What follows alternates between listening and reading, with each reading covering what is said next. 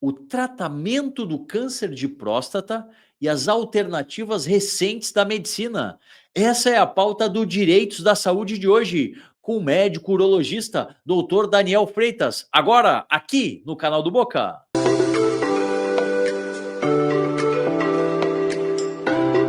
Na Rádio Bandeirantes, Boca no Trombone, Direitos da Saúde, o cuidado com a legislação sanitária. Saúde! Sim, esse é o tema, essa é a pauta na edição de hoje dos Direitos da Saúde e olha, estamos vindo com um convidado de luxo aqui, ele que é urologista, coordenador do Ambulatório de Urologia da Santa Casa de Porto Alegre, sócio fundador da Andrologia Moinhos, Clínica de Saúde e Performance Masculina, Dr. Daniel Freitas. Seja muito bem-vindo ao Boca no Trombone, aqui da Rádio Bandeirantes, ao quadro de saúde, doutor. Bom dia. Bom dia, Solano. Um prazer imenso estar participando do teu programa aí, poder estar levando um pouquinho de informação para as pessoas, né? Hoje uma pauta importante aí para nós.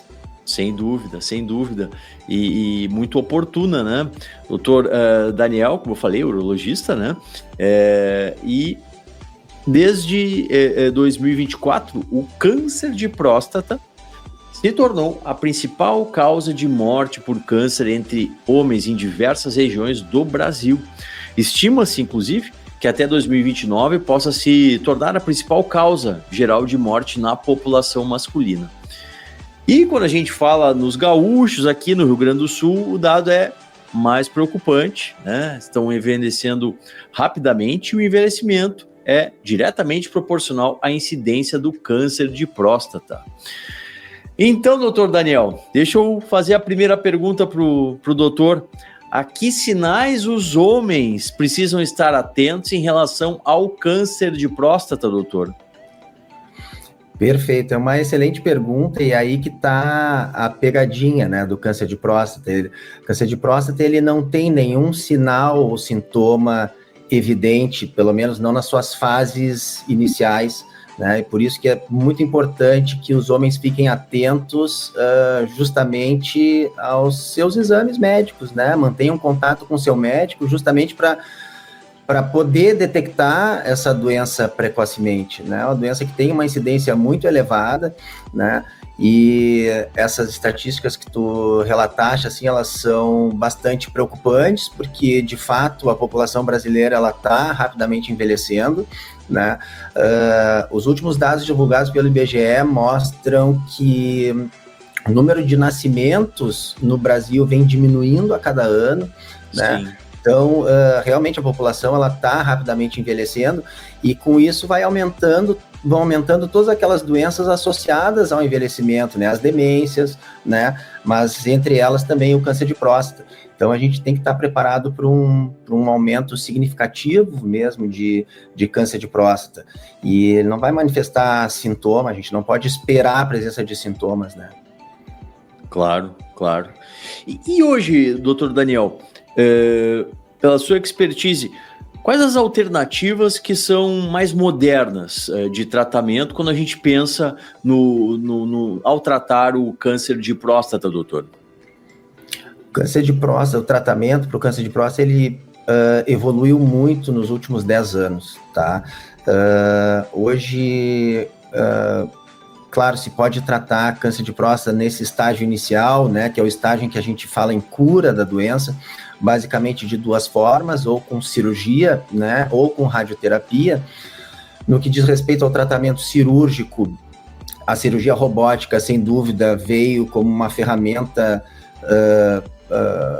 hoje muito importante, né, na preservação das funções, especialmente urinária e sexual desse paciente, que é o que o paciente acaba se preocupando mais, né? Às vezes o paciente se preocupa mais com as consequências do tratamento do que com a própria cura da doença, né?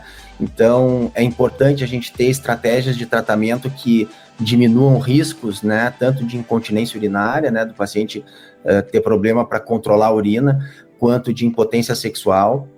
né? E a radioterapia também evoluiu muito nos últimos anos. Hoje se consegue entregar tratamentos com radioterapia com muito menos efeitos colaterais também a esse respeito, né? Então, hoje nós temos estratégias que preservam, né, especialmente função sexual, né, com muito mais precisão do que os tratamentos de alguns anos atrás, né? Mas mesmo assim, alguns pacientes, né, muitos pacientes ainda vão precisar de tratamentos para se reabilitar, né, do ponto de vista urinário e também do ponto de vista sexual. É importante que se busque esse tipo de tratamento e que não se entenda uma eventual impotência sexual como um preço necessário a ser pago, né, para tratar o câncer de próstata, né? Isso tudo tem tratamento e os pacientes precisam saber disso. Sim, sim. Bom, a sua fala até me oportuniza um gancho aqui para encaminhar uma outra dúvida, que eu acho que até ela é recorrente na sua clínica, doutor, que é a preocupação do homem com o impacto, né, do câncer de próstata na vida sexual, né? Esse é um problema que ele é real, doutor Daniel? Esse é um problema real, sim. O paciente às vezes tem mais medo da impotência do que do próprio câncer, né? Isso aí é uma realidade. Às vezes a gente explica sobre a cirurgia, sobre chance de cura, ele quer saber da impotência, né? Existe esse estigma muito forte, assim, associado ao tratamento do câncer de próstata. E realmente, esse é um risco, e por mais que a gente hoje tenha essas ferramentas, né, que diminuam esses riscos, né, esse risco ele é inerente do tratamento, né? Quando a gente vai remover a próstata, né, muitas vezes a gente lesa estruturas que são fundamentais para a manutenção de uma boa ereção. Então, se a gente estima que em torno de 3.500 pacientes por ano tratem câncer de próstata no Rio Grande do Sul, né? Vamos imaginar que pelo menos metade disso, né, possa precisar de algum tratamento para disfunção erétil mesmo depois, né, do seu câncer curado, né? Então é um monte de gente, né, que precisa de reabilitação, né? Esse é um problema real, sim. Sim, sim.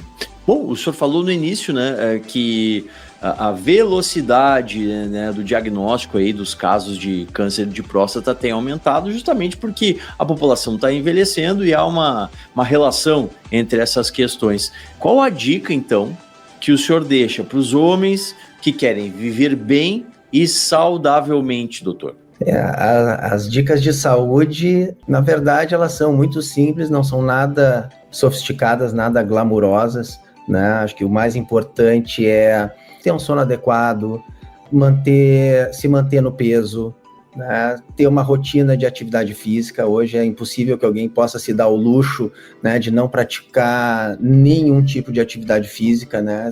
Atividade física pode ser qualquer coisa, pode ser caminhada, pode ser futebol, pode ser corrida, pode ser musculação, mas é importante que se mantenha alguma rotina de atividade física e que mantenha vínculo com seu médico, que mantenha exames em dia, né? Porque assim a gente consegue detectar precocemente aquelas doenças justamente que não manifestam sintomas, né? Assim como o câncer de próstata, né? Assim como outras doenças, né? Mas a gente falando especificamente aqui do câncer de próstata, né? Sem exames, essa doença ela não vai ser identificada no momento apropriado para ser tratada e curada. Então, os exames são fundamentais. Excelente. Muito bom, aprendemos muito com o Dr. Daniel Freitas, urologista, coordenador do Ambulatório de Uro-Oncologia da Santa Casa de Porto Alegre, sócio fundador da Andrologia Moinhos, Clínica de Saúde e Performance Masculina. Agradeço por hoje aqui na Rádio Bandeirantes e já comunico, né? Amanhã estamos lhe aguardando no Boca no Trombone na TV, na tela da Band TV. O doutor vai estar conosco lá nos estúdios, interagindo com a audiência, falando sobre essa pauta importante aí da saúde masculina. Muito obrigado por hoje, doutor Daniel, e até amanhã. Um abraço, Solano, obrigado pela oportunidade. Amanhã a gente aprofunda um pouquinho mais esse assunto aí. Fala, turma! Gosta de conteúdo jurídico? Então aqui, o canal do Boca no Trombone é o espaço para você. E ainda, você pode mandar a sua dúvida e ser respondido por um dos nossos especialistas. Mas tem de seguir. Te inscreve agora!